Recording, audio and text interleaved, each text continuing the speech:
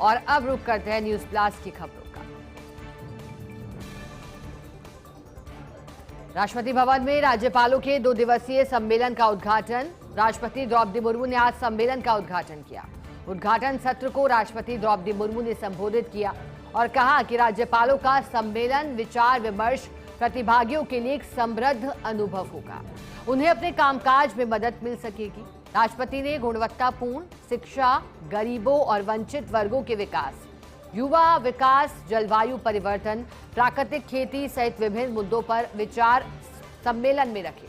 उपराष्ट्रपति, प्रधानमंत्री और गृह मंत्री ने भी संबोधित किया। आज पहले दिन राज्यपाल हरिभाऊ बागड़े भी राज्यपालों के सम्मेलन में मौजूद रहे और 2 दिवसीय सम्मेलन जिसकी शुरुआत आज हुई, लेकिन 2 और 3 अगस्त को ये चलने जा रहा है। अब राष्ट्रपति भवन में राज्यपालों के 2 दिवसीय सम्मेलन का उद्घाटन हुआ। राष्ट्रपति द्रौपदी मुर्मू ने आज सम्मेलन का उद्घाटन किया है। उद्घाटन सत्र को राष्ट्रपति द्रौपदी मुर्मू ने संबोधित किया और कहा कि राज्यपालों का सम्मेलन विचार विमर्श प्रतिभागियों के लिए एक समृद्ध अनुभव होगा। उन्हें अपने कामकाज में मदद मिलेगी। राष्ट्रपति ने गुणवत्तापूर्ण शिक्षा, गरीबों और वंचित वर्गों के विकास, तो वहीं युवा विकास, जलवायु परिवर्तन, प्राकृतिक खेती सहित विभिन्न मुद्दों पर विचार रखे हैं सम्मेलन में। उपराष्ट्रपति, प्रधानमंत्री और गृह मंत्री ने भी सम्मेलन को संबोधित किया है। आज पहले दिन राज्यपाल हरिभाऊ बागड़े भी राज्यपालों के सम्मेलन में मौजूद हैं और प्रधानमंत्री नरेंद्र मोदी का विकसित भारत का संकल्प जल्द पूरा होगा। पीएम जनमन योजना के सहरिया परिवारों की तस्वीर बदलेगी। जिले में सहरिया परिवारों के लिए 16,522 आवास निर्माण कार्य की स्वीकृति जारी हुई है। किशनगंज शाहबाद क्षेत्र में 15,811 सहरिया परिवारों के लिए पक्के आवास बन रहे हैं। अब तक जिले में 176 आवासों को बनकर तैयार किया गया है। पीडब्ल्यूडी द्वारा जिले में 17 सड़क निर्माण कार्य, 13 सड़कों का कार्य चल रहा है। वहीं 13,107 सहरिया परिवारों को बिजली कनेक्शन जारी किए जा चुके हैं। पीएम जनमन योजना के अंतर्गत 3,385 घरों में नल कनेक्शन किए जाने हैं। अब तक जिले में 833 नल कनेक्शन पूर्ण किए जा चुके हैं। वहीं 4 नवीन छात्रावासों का निर्माण वर्तमान में होना है। आंगनबाड़ी केंद्रों का संचालन किराए के भवनों में संचालित हो रहा है। तो अब तक जनमन योजना और आवासों को लेकर जो तैयारी है, पक्के मकान बने हैं, तो वहीं कई कार्य ऐसे भी हैं जो अभी आवासों के अधीन चल रहे हैं। प्रधानमंत्री नरेंद्र मोदी का विकसित भारत का संकल्प जल्द पूरा होगा। पीएम जनमन योजना के सहरिया परिवारों की तस्वीर बदलेगी। जिले में सहरिया परिवारों के लिए 16,522 आवास निर्माण कार्य की स्वीकृति जारी हुई है। किशनगंज शाहबाद क्षेत्र में 15,811 सहरिया परिवारों के लिए पक्के आवास बन रहे हैं। तो अब तक जिले में 176 आवासों को बनकर तैयार किया गया है। पीडब्ल्यूडी द्वारा जिले में 17 सड़क निर्माण कार्य, 13 सड़कों का कार्य चल रहा है। 13,107 सहरिया परिवारों को बिजली कनेक्शन जारी किए जा चुके हैं। वहीं पीएम जनमन योजना के अंतर्गत 3,385 घरों में नल कनेक्शन किए जाने हैं। अब तक जिले में 833 नल कनेक्शन पूर्ण किए जा चुके हैं। तो वहीं 4 नवीन छात्रावासों का निर्माण वर्तमान में होना है। आंगनबाड़ी केंद्रों का संचालन किराए के भवनों में संचालित हो रहा है।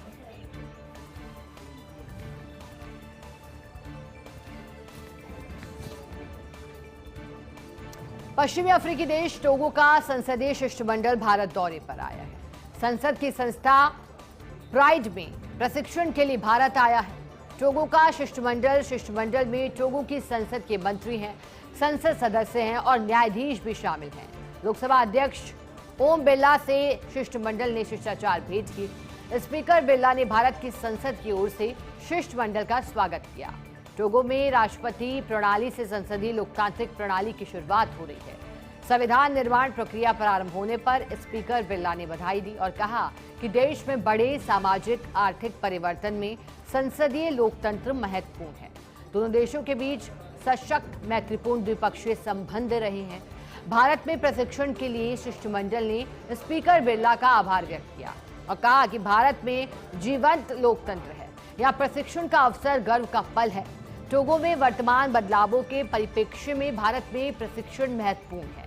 प्रशिक्षण के दौरान शिष्टमंडल ने दोनों सदनों की संचालन प्रक्रिया को देखा और संसदीय समिति और न्याय प्रणालियों की बारीकियों को भी समझा।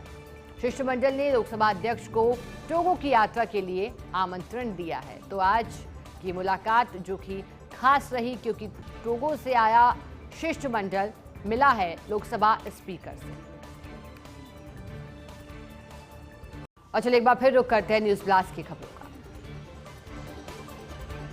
प्रदेश में निवेश के लिए भजनलाल सरकार की पहल। दिसंबर में आयोजित होगा rising Rajasthan investment summit 2024। Jaipur में 9 से 11 दिसंबर तक आयोजन होगा इन्वेस्टमेंट समिट का। समिट को लेकर मुख्यमंत्री भजनलाल शर्मा ने कहा है कि निवेश सम्मेलन से राजस्थान के विकास के नए अवसर खुलेंगे, औद्योगिक निवेश का बेहतर माहौल बनेगा और यही सुनिश्चित कर रही है राज्य सरकार। मुख्यमंत्री ने राइजिंग राजस्थान इन्वेस्टमेंट समिट का लोगो लॉन्च किया है। निवेशकों के लिए सिंगल पॉइंट निवेशक इंटरफेस भी लॉन्च किया है।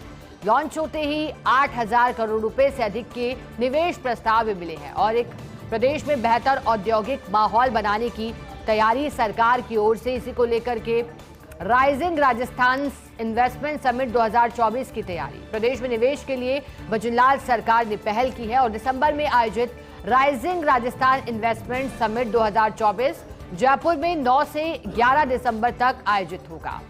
समिट को लेकर मुख्यमंत्री भजनलाल शर्मा ने कहा है कि निवेश सम्मेलन से राजस्थान के विकास के नए अवसर खुलेंगे। औद्योगिक निवेश का बेहतर माहौल राज्य सरकार सुनिश्चित कर रही है। मुख्यमंत्री ने राइजिंग राजस्थान इन्वेस्टमेंट समिट का लोगो लॉन्च कर दिया।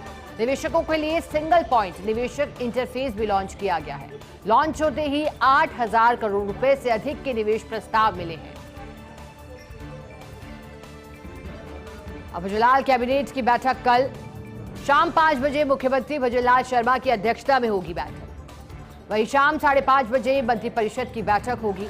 9 से 11 दिसंबर तक राजस्थान राइजिंग इन्वेस्टमेंट समिट तैयारियों को लेकर कैबिनेट मीटिंग और इसमें समीक्षा भी हो सकती है।